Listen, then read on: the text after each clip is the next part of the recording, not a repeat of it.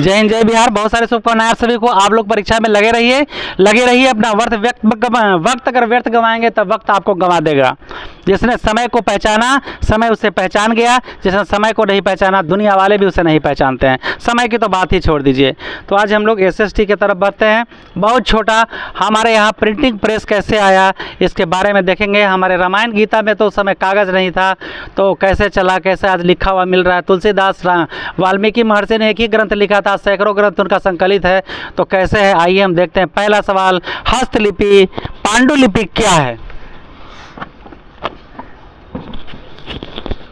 पांडुलिपि ऐसी लिपि थी जिसमें सोने चांदी इत्यादि धातुओं के पत्र बना करके उसके कोरों को रंगीन रंगों से सजाकर तथा उनके पन्नों को सिल करके उसी का फ्रेम बना करके तैयार किया जाता था। यह काफ़ी महंगा प्रक्रिया था, जिसके कारण यह हर व्यक्ति तक को पहुंचना सक्षम नहीं था, परंतु इसे ही पांडुलिपि कहा गया है। शॉर्ट में जाने तो हस्तलिखित पुस्तक को पांडुलिपि कहते हैं। जो हाथ से हमारे गीता, रामायण, पुराण, महावीर जो भी लिखे गए हैं वो हस्तलिखित पुस्तक, और ताम्रपत्र और तालपत्र पर भी लिखे जाते थे और उन्हें सुरक्षित रखा जाता था। यही हस्तलिखित पुस्तक को हम क्या बोलते हैं? क्या बोलते हैं हस्तलिखित पुस्तक को? पांडुलिपि किसे कहते हैं? पांडुलिपि हस्तलिखित लिखित लिपि को पांडुलिपि कहते हैं। यह महंगा होता था। अभी जैसा हर्ष बताया कि चांदी चाहे सोने के। ठीक, जवाब एकदम ठीक से सुनिए, ध्यान से सुनिए, ठीक है। चलिए, मेजनी कौन था? गाली दिया है। जल्दी हाँ, जवाब दीजिए जल्दी। मेजनी एक साहित्यकार था।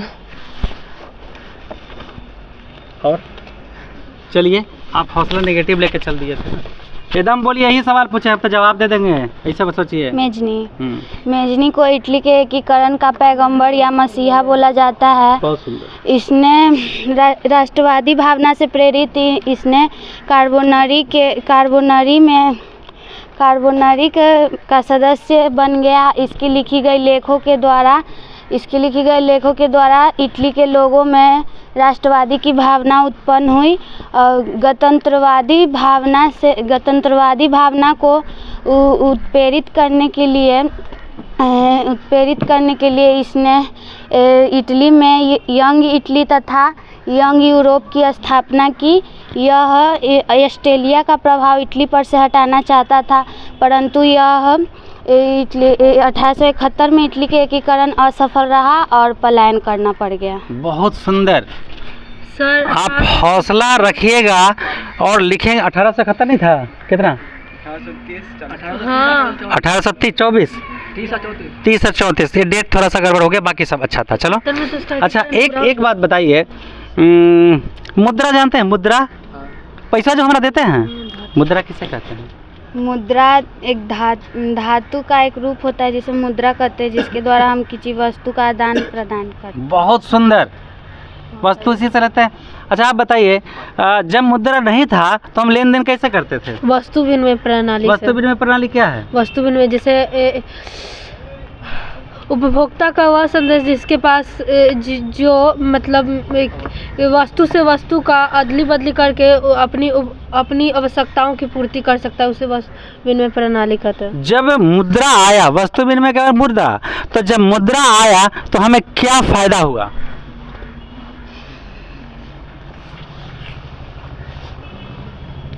वस्तु विनिमय प्रणाली रुक गई और फिर किसी चीज का उचित मूल्य लगाना मतलब लगने लगा। और नहीं आना। हमको कौन चीज देते हैं?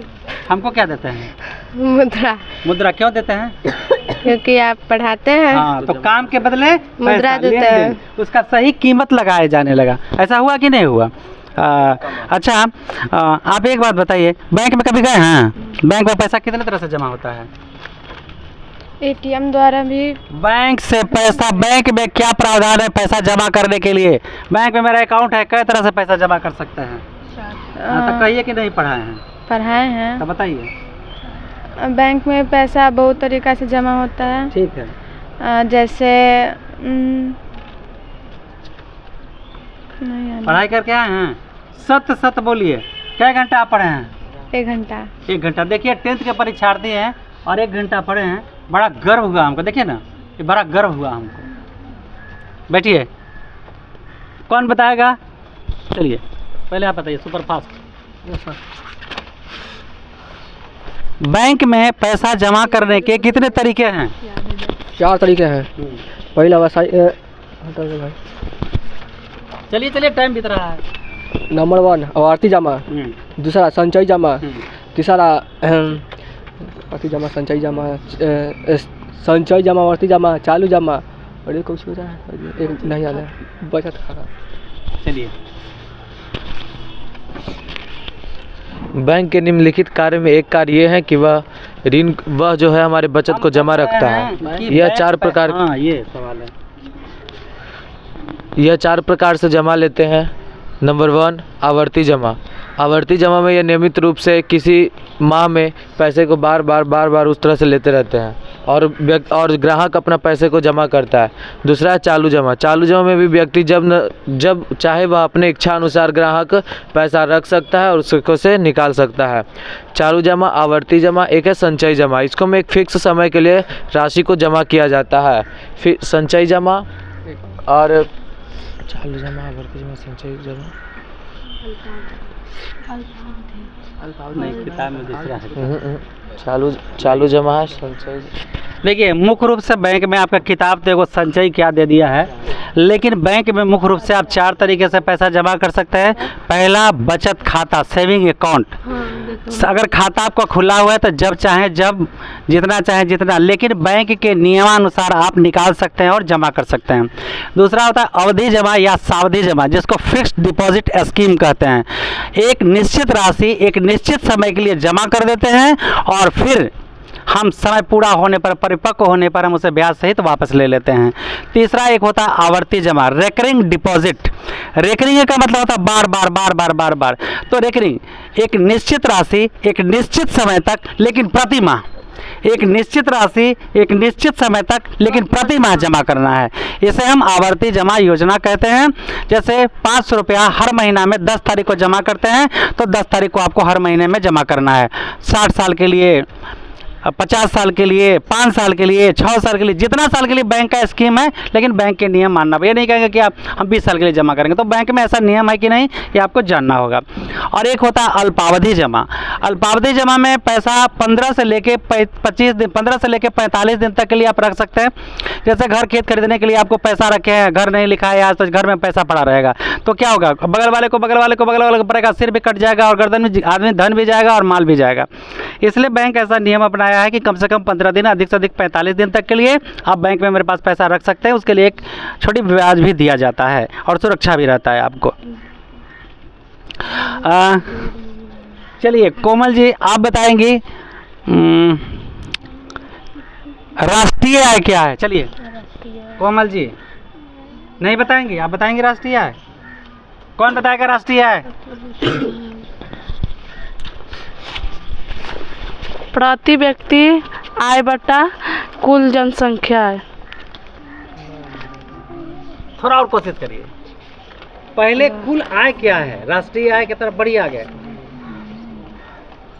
कोशिश करिए। वो तो फार्मूला बताया, कौन बताएगा? आप आइए। राष्ट्रीय आय, राष्ट्रीय आय किसे कहते हैं? एक वर्ष के अंदर किसी देश में उत्पादित सभी वस्तुओं तथा सेवाओं के मौद्रिक मूल्य को राष्ट्रीय आय कहते हैं। हाँ, ये राष्ट्रीय आय हुआ है, को शुद्ध राष्ट्रीय आय होता है, को घरेलू, ये सबके अलग अलग। हाँ, लेकिन यहाँ जो लगभग परिभाषा सही है, देश की तमाम परिस्थितियों से, यानी देश के तमाम साधनों से उपलब्ध आय, देश के एक वर्ष में तमाम साधनों से उपलब्ध आय जो होता है वह राष्ट्रीय आय होता है।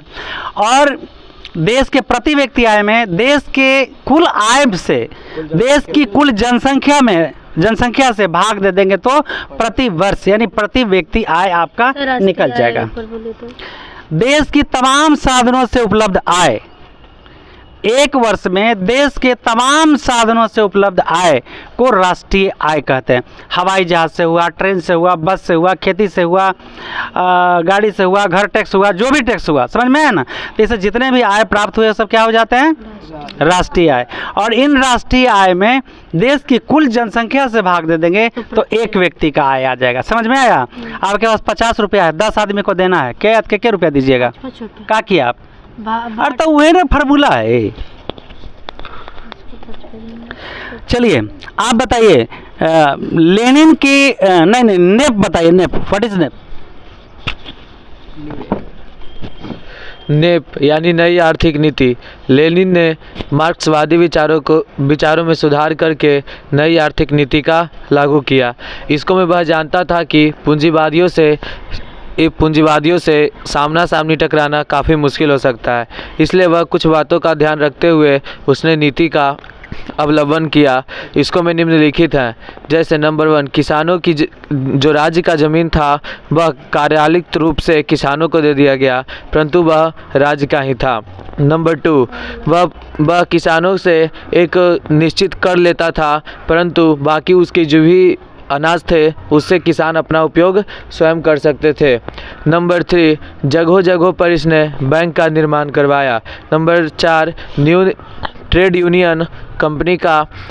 यूनियन का अनिवार्यता सदस्य अनिवार्यता समाप्त करवा दिया गया। नंबर 5 ये है कि लेनिन वहाँ का जो नाप तौल इत्यादि का जो भावना था, इन नाप तौल का जो था वह निश्चित कर दिया। नंबर 6 व्यावसायिक जो कर था उसको समाप्त कर दिया, जिसको से व्यवसाय में भी वहाँ पे काफ़ी निपुणता आई। तो अगर हम आपसे पूछें कि क्या आज यहाँ लेनिन का एक आध गो नियम लागू है। हाँ, क्या लेनिन का नियम में है कि जगह जगह पे बैंक खुला हुआ है, ट्रेड यूनियन है। हाँ, ये जमीन मेरा है मेरे नाम से, हाँ, लेकिन इस पर हमको टैक्स चुकाना पड़ता है। हाँ, जब चाहेगा सरकार इसका उचित मूल्य हमको मुआवजा देकर ले सकता है। बहुत सारा है जो बहुत अभी तक सारा। लेनिन की नीति चलिए द्वारा था। बहुत बढ़िया, बहुत अच्छा। अच्छा, बिहार के कृषि के पिछड़ेपन के क्या कारण हैं। बढ़ती हुई जनसंख्या। ये पकड़िए, बोलिए। बिहार के पिछड़ेपन के निम्नलिखित कारण है। पहला, बढ़ती हुई जनसंख्या, पूंजी का अभाव, शिक्षा का अभाव, बहुत सुंदर, और उत्तम बीज की कमी, हाँ, और नहीं याद है, और सिंचाई का अभाव। बिल्कुल सही। हमारे देश में क्या कृषि का पूछा था ना, तो कृषि का सबसे पहले खेतों का उपविभाजन तथा उपखंडन। खेत हमारे छोटे छोटे टुकड़ों में बढ़ते जा रहे हैं। पूंजी का अभाव, सिंचाई के साधन का अभाव है, उर्वरक का अभाव है, उत्तम खाद बीज का अभाव है, नया तकनीकी ज्ञान की कमी है। अगर हम नए तकनीकी ज्ञान से खेती करेंगे तो अधिक से अधिक हमें मुनाफा हो सकता है।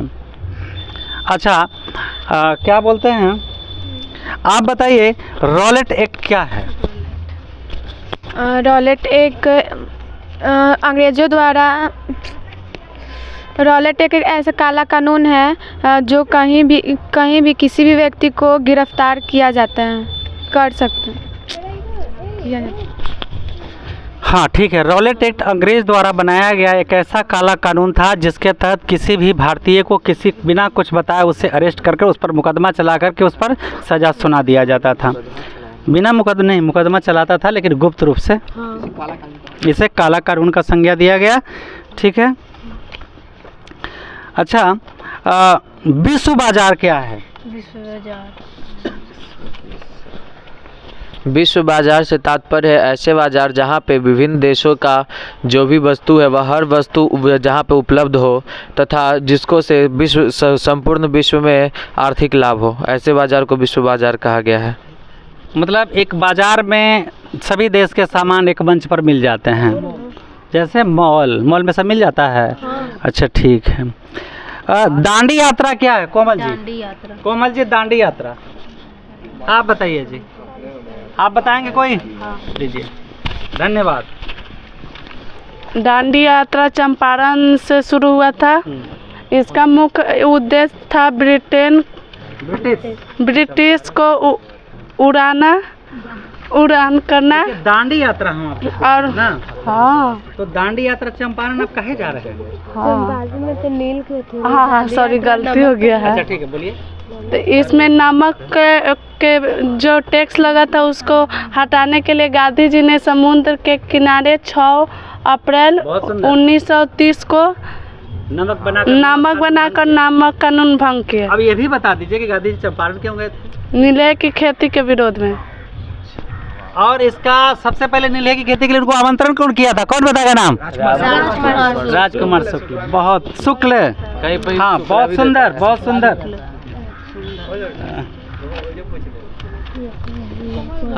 निरुद्योगीकरण कौन बताएगा?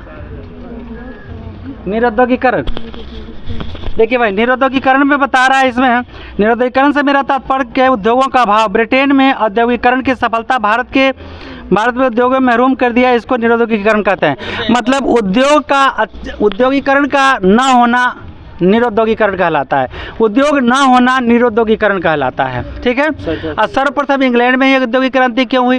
क्योंकि वहाँ पे कच्चे माल मिल जाते थे और यहाँ से ले गया कच्चा माल, और वहाँ पे सस्ते श्रमिक मिल जाते थे, और भी सब सस्ते श्रमिक के उसके पास व्यवस्था था, उसके पास नए नए मशीन यंत्र आविष्कार होते चले जा रहे थे, इसलिए सबसे पहले इंग्लैंड में औद्योगिक क्रांति शुरू हुआ। समझ में आएगा? निरुद्योगीकरण का मतलब हुआ कि उद्योग को चौपट हो जाना, उद्योग के खत्म हो जाना। ठीक है। जैसे दुष्ट आत्मा जो होता है वो पेट पर लात मारता है, और शैतान अच्छा आत्मा होता है वो पीठ पर लात मारता है। वही ना बता रहे हैं, जो अच्छा आत्मा होता है वो पीठ पर लात मारता है गलती किए हो तो, और जो खराब आत्मा होता है वो पेट पर लात मारता है। समझ गए? तो अगर अच्छा पढ़ोगे तो अच्छा नौकरी करोगे, और नहीं तो भट्ठा पर जाएंगे। तो भट्ठा भी एक उद्योग है। ठीक है।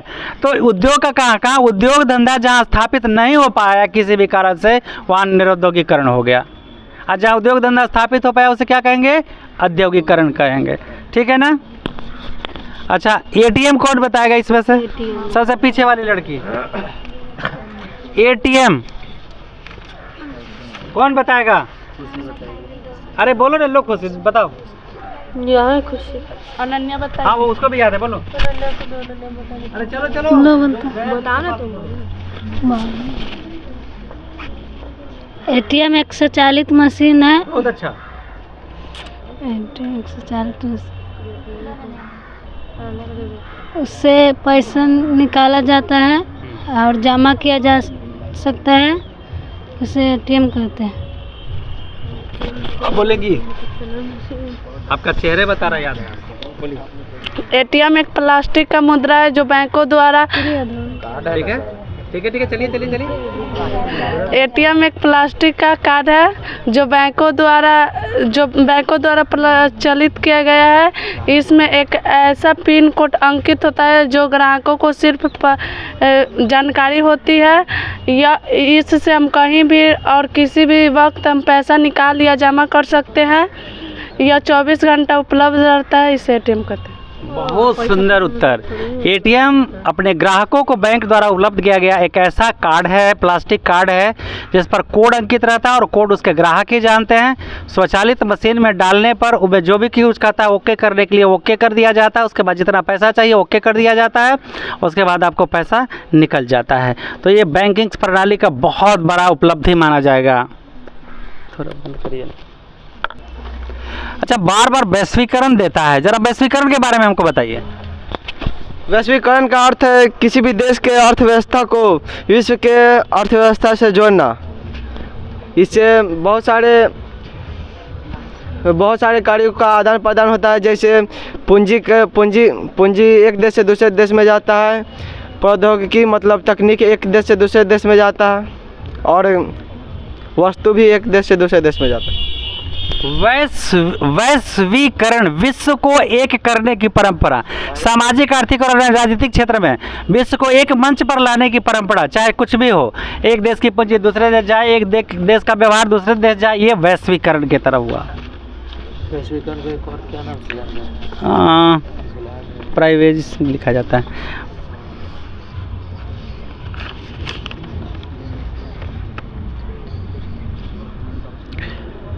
बंद किया है ना। वस्तु विनिमय में क्या क्या कठिनाइयाँ होती है? विनिमय दो तरह से होता है, वस्तु विनिमय प्रणाली और मौद्रिक विनिमय प्रणाली। तो मुद्रा तो भाई सब चीज़ को आसान कर देता है, लेकिन वस्तु विनिमय प्रणाली में क्या क्या कठिनाइयाँ आती हैं, कौन बताएगा? चलिए, थोड़ा नहीं पूरा बताना होगा। लीजिए जी, सुपर फास्ट जल्दी। वस्तु विनिमय प्रणाली में निम्नलिखित प्रकार की कठिनाई होती थी। पहला, मूल्य मापक, किसी भी वस्तु का मूल्य मापक में कठिनाई होती थी, उसका मूल्य मापक नहीं किया जा सकता। दूसरा, वस्तुओं के खरीदने में कठिनाइयाँ। नंबर तीसरा, मूल्य संचय का अभाव। नंबर 4, संविभाजन का अभाव। नंबर 5, मूल्य अर्थार्जन का अभाव। आकलन में कठिनाई है तो मूल्य को एकत्रित करने में कठिनाई। अब भविष्य में इसे संचय करने में भी दिक्कत है, मतलब 2 बोरा गेहूँ रख देंगे 10 साल तो सब भुना जाएगा। अब पैसा रख देंगे अच्छा से कपूर डाल के तो रह जाएगा, मक्के का कपूर है ना जी।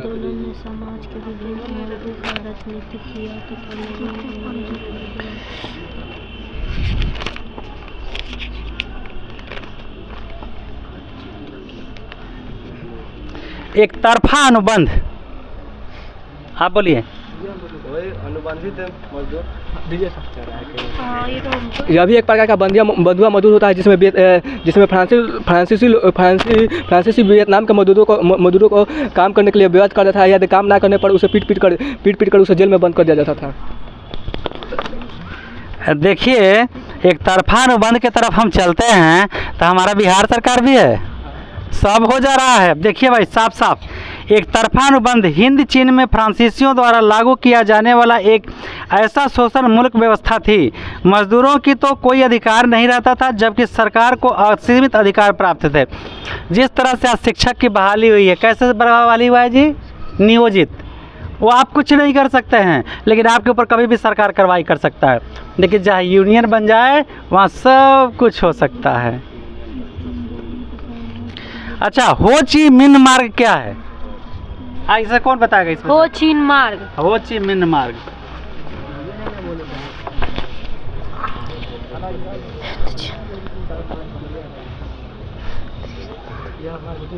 बोले।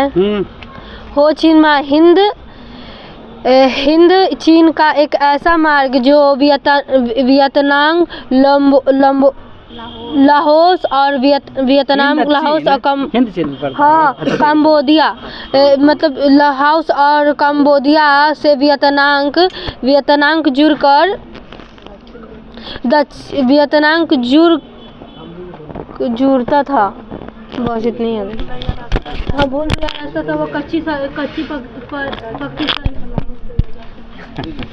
कच्चे पक्के सड़कों से होकर के जाता था। वहाँ के लोगों को पता था रास्ता, लेकिन विदेशी लोग नहीं जानते थे, भूल जाते थे। चलिए, जतरा भगत के बारे में बताइए। जतरा भगत, जतरा भगत के बारे में नहीं जानते हैं? कौन जानेगा? चलिए, जतरा भगत के बारे में देखिए भाई। रोकिए। देखिए, जतरा भगत के बारे में, ये भी क्रांतिकारी थे। उड़ीसा में खोड़ों का एक आंदोलन चला, खोड़ा जाति होता है, उसका एक आंदोलन चला। लेकिन यह अहिंसक था। यह आंदोलन 1914 से 1920 तक चला। इस आंदोलन के नेता जतरा भगत थे। उन्होंने मांग जो अपना पहले वाला मांग था उसको बदल के सामाजिक एवं शैक्षिक सुधार की ओर बढ़ गए। उन्होंने एकेश्वरवाद तथा को माना और मांस मदिरा पर बहिष्कार किया। हालांकि उनका आंदोलन तो देश से संबंधित था, मगर वो देखे कि अंग्रेज का मूवमेंट है, क्या क्या कर रहा है, इसलिए फट से बदल दिए। 1929 की आर्थिक मंदी कारण बताइए। 1929 की आर्थिक मंदी के निम्नलिखित कारण है। नंबर 1, गेहूं के खेती में पूरा वृद्धि, सबकी खेती में वृद्धि, पैदावार ज़्यादा हो गया था, पैदावार बहुत ज़्यादा हो गया था, जिसके कारण 1938 कोई भी वस्तु एक दूसरे से, अमेरिका पैसा देने का मना कर दिया। कोई भी देश अपने वस्तु को खरीद नहीं कर सकते थे। देखिए, उत्पादन की मात्रा इतनी बढ़ गई थी सभी देश में कि उत्पादन बहुत ज़्यादा हो गया था, खरीदने वाले बचे नहीं थे, सभी का पूंजी लग चुका था। इसलिए अर्थव्यवस्था पूरी तरह से गिर गया, यहाँ तक कि बैंक भी दिवालिया हो गया था। यही आपका 1929 का आर्थिक मंदी कहलाता है। और उस समय संकट भी आ गया था। चलिए बंद करिए। शहरों ने किन किन समस्याओं को जन्म दिया, बताएंगे? शहर में क्या क्या समस्या हुआ, कौन बताएगा? शहरों ने निम्नलिखित समस्या को जन्म दिया, जैसे नंबर 1 प्रदूषण, नंबर 2 पेड़ की कटाई, नंबर 3 कुछ जगह जगह पर कारखाना स्थापन हुआ, और नंबर 4 खेती करने में कठिनाई। आतंकवाद लोकतंत्र के लिए चुनौती है, कैसे?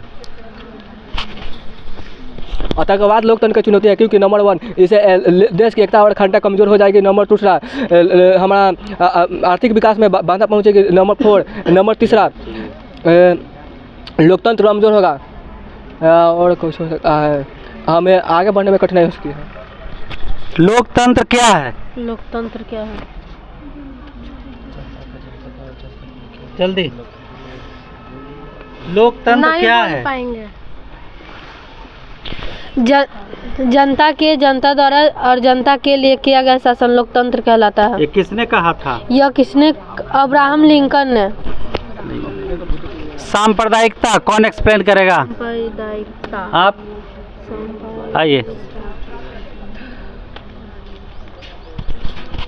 सांप्रदायिकता का अर्थ अपने देश को अपने धर्म को उच्च मानना और दूसरे के धर्म से घृणा करना। यह सांप्रदायिकता से एक व्यक्ति दूसरे व्यक्ति से घृणा करने लगता है, एक राष्ट्र दूसरे राष्ट्र से घृणा करने लगता है। वह अपने धर्म के हित के लिए राष्ट्रहित को भी भूल जाते हैं, राष्ट्रहित को भी भूल जाते हैं। लोकतंत्र की परीक्षा की घड़ी कब आती है? लोकतंत्र की घड़ी, परीक्षा की घड़ी चुनाव के समय। चिपको आंदोलन क्या है? चिपको आंदोलन 1973 में चलाया गया एक आंदोलन है जो पेड़ पौधों की सुरक्षा से संबंधित है। इनके नेतृत्व सुंदरलाल बहुगुणा ने किया। इसमें स्थानीय लोग पेड़ों से चिपककर पेड़ को कटने से बचाते थे, लेकिन सरकार की नीतियों के कारण पेड़ काटे गए। हमारे देश में निम्न उत्पादकता के क्या कारण हैं? हमारे देश में निम्न उत्पादकता के अन्य कारण है, जैसे उत्तम बीज का अभाव, पूंजी का अभाव, श्रमिक का अभाव, शिक्षा का अभाव और उत्तम बाजार का अभाव। अच्छा, आज समाज के अंदर महिलाओं को समान दर्जा नहीं दिया जाता है, लेकिन कानून में लिखा है। क्या लगता है, औरतें कमज़ोर है या मजबूत है?